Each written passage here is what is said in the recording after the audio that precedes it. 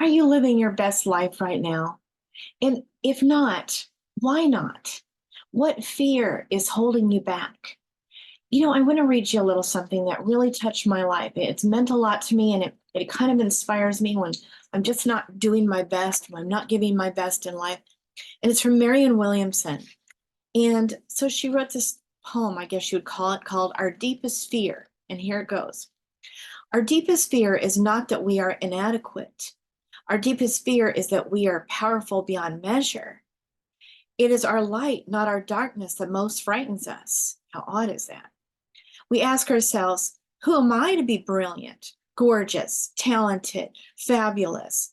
Actually, who are you not to be? You are a child of God. Your playing small does not serve the world. There is nothing enlightened about shrinking so that other people won't feel insecure around you. Now I'm going to skip down a little bit on this poem. And the last part says, and as we let our own light shine, we unconsciously give other people permission to do the same. And we're liberated from our own fear. So I want to read that part again. And as we let our own light shine, we unconsciously give other people permission to do the same. As we are liberated from our own fear, our presence automatically liberates others. Just our presence, when we're in that right space, liberates others. So, you just ask yourself, what is it that is holding me back? What is it I've been wanting to do? Maybe perhaps say to someone that, perhaps you haven't said. Maybe something you've been wanting to do and you're not doing it. Something keeps holding you back. Think about it for a minute. What do you think that something is? What is the thought? See, it's going to be a thought. That's what I've been learning, this wonderful bunch of different authors, actually, but one in particular lately, this Aaron Doty. I've been taking a class and really honed in on that a lot of the things that are stopping us are these underlying current thoughts that are so behind the scenes. They run the show, but that's what you call unconscious. They're unconscious because they're not in your awareness up front, in your daily awareness right in front of you. It's behind the scenes running the show. And those fears usually come from something that happened when you were a kid. And now this may not be new for some of you, but just think about it for a minute, though. Just think about it one more time. So when you were a kid, let's just say that mom and dad got married when you were really, really young. And let's just say that they fought a lot and they left you with babysitters a lot and left you alone a lot. And you ended up thinking, they rejected me. They've abandoned me. I'm staying over for weeks at grandma's house and they don't even care. And you think, I'm rejected. I'm not worthy. And oddly, as little children, we're thinking this stuff. And we come up with these ideas because we don't know better. We can't consciously, we can't think things through and reason it out and see that mom and dad are too young to have babies. We don't think like that. But we come up with these conclusions, these ideas, or maybe we hear things like we hear somebody say, yeah, well, Angela's just kind of slow and she's just kind of stupid. And she's can maybe borders on dumb. And hey, I had dyslexia. I didn't even know it. But anyway, I struggled in school. But was I stupid or dumb? No. But then what happened was, of course, this is how it goes, right? Dad tries to help me with my homework in math in my third grade, my fractions. And I'm just not getting it. And my dad finally just gives up and he says, I can't help you. And he just gets me off of his lap, off of his chair. And then he goes in the other room. And I'm just devastated. Like now I know, absolutely. Oh, yeah, I'm stupid. I'm dumb. And I already think I'm not worthy of their love because of what happened when I was a kid. And so, you know what?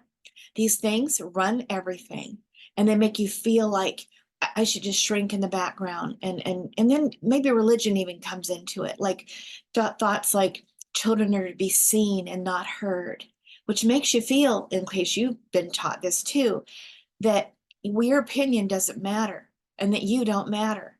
And so we have these belief systems that, I'm just going to shrink in the background. And, in my church too, women are nothing. They should be seen and not heard as well as the children. So we shrink and we just stay in the background and we don't think we're worthy to step out and be what we're here and meant to be and do. And we don't feel worthy to speak up to someone, saying what hurts and what's wrong, and speak to it flat out, because our voices are just clogged up, choking. We can't say it because I'm not worthy to ask such questions, especially towards a man. I should be humble before men. This is the way that I was brought up. That we have our reasons, okay? I don't know what yours are, but what clogs your throat up? What keeps you from putting forth and saying that thing you've been wanting to say to your dad, to your mom, to your friend, to whoever hurt you, or to a boss that you want to rise from? I don't know what it is. What keeps you back from taking that next step? What is it? See, for many of us, it's we're unworthy and we're fearful, or I'm not enough, or I'm a loser, or whatever these kind of thoughts are that you came up with, or that maybe someone said, but you have to ask yourself, is what they said the truth? Am I stupid? Am I dumb? Am I not worthy? Who said I'm not worthy? Why did they say that? Look, if your parents or we're not feeling worthy because of the way they were raised, the way they were treated, they're going to pass it on to you. It's just going to be. But again, is it true? Well, of course, you know in the heart of who you are that it's not. But that's the stuff that we have to analyze it, and we got to start chipping it out, and we got to start to question it when those thoughts come up. We have to start noticing the thoughts that are coming in our head, and these are the kind of things that we have to do.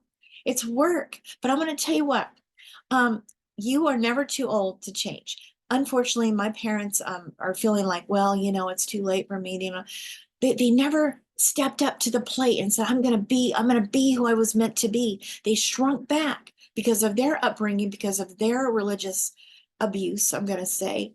And they never stepped up to the plate. So are we going to carry on the family way, or are we going to step up to the plate and say, I'm not going to carry on the family way of doing things and seeing things and feeling and shrinking back and shriveling and being this invincible nothingness that no one notices. I'm not in any trouble. I just stay in the background and I serve others behind the scenes, and I'm not really worthy to be that person. I'm not going to step up because no, not me. I'm not that person. Bullshit. I'm just going to say it right now. Bullshit. That is not true. My parents they're not dead yet, are they? They could still step up to the plate. And I'm going to tell you a story of this guy. He was an 80-year-old man, and he was hated by his family very much so. He just made a man. He was a crotchety old man. And when he was 80 years old, something went off in his head, and ding, he realized, you know what? I'm a son of a bitch, and no one loves me in my family, and they couldn't care less whether I lived or I died. So he changed it. He changed it up, and he started making some different choices. And he decided I'm going to invite my grandson to go fishing with me. At least I know he doesn't really know that I'm a crab. So he invited his grandson to go fishing, and they had a great time. And he goes back and he tells his parents, hey, Grandpa's great. What are you talking about that he's so mean? He was wonderful. And then he said, hey, grandson, why don't you come over? Let's plant some trees all along this road here. So they planted these wonderful trees all the way down the road, and they began to grow. And anyway, they started getting a little bit of a reputation for being a nicer guy. So pretty soon he started inviting his sons. And next thing you know, they've got a really loving, tight, close family. But he got 20 more years of life. And then, of course, about 100 years old. And then he died. But he had these trees that grew and lined the street on both sides. He went fishing galore, treated his kids really good for 20 years, and he died very loved. So that's a huge, big change. He changed everything just from a change in attitude. I don't know what he had to change his mind about, but he did, and he changed it, and he changed everything. And he was 80. And hey, Moses was 80 when he started doing his main job in this world. It's never too late, never ever too late. So I want to tell you something. Today is a very special day for me because I'm announcing that I am now I'm a women empowerment coach. So it's called Empower Her Life Coach. That's the name of my coaching business. And it starts, technically today, but it's being worked on my website. It's called that's my other business, angelasinspirations.com. And so if you want to set up a session before my website is completely put together because they're putting down the the scheduling program that runs the whole thing. It's not quite up yet, but if you want to get a hold of me to schedule your session with me, you can do that. Just go to my email address. It's angelasinspirations@gmail.com. So put an S on the end of each of those words. angelasinspirations@gmail.com. And again, soon on my website, there's going to be the way you schedule it there. Okay, so just know that. Also, too, beginning 2 weeks from tomorrow, Sunday, every Sunday, I'm going to do a 10 o'clock little gathering, or it's probably going to be something that I will invite my husband to do with me, most likely, often anyway. And we're going to talk about more deep things, maybe some spiritual things. And I would love it if you would join us. I'm going to call it a Patreon group. So you'll need to join my Patreon group, which is just like a special thing that I do once a week.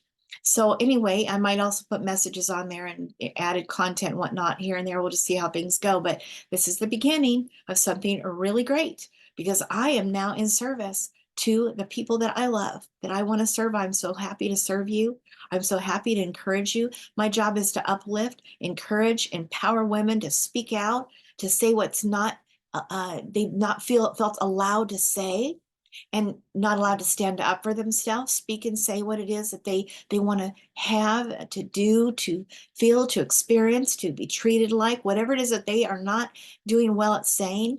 I'm here to help. And I'm telling you what, this is going to be right up my alley. I've actually wanted to let you know that I'm the mother of 3 children and 2 stepdaughters, all very wonderful, all successful in their own right. And I've also taught life skills for over 17 years, and including right now at the Boise Rescue Mission.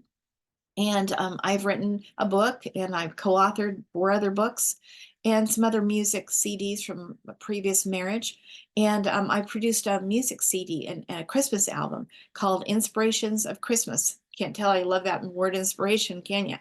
Anyway, I am here to inspire you, empower her, life coach at your service, and signing off. Have a great rest of the day, and I'll see you next time.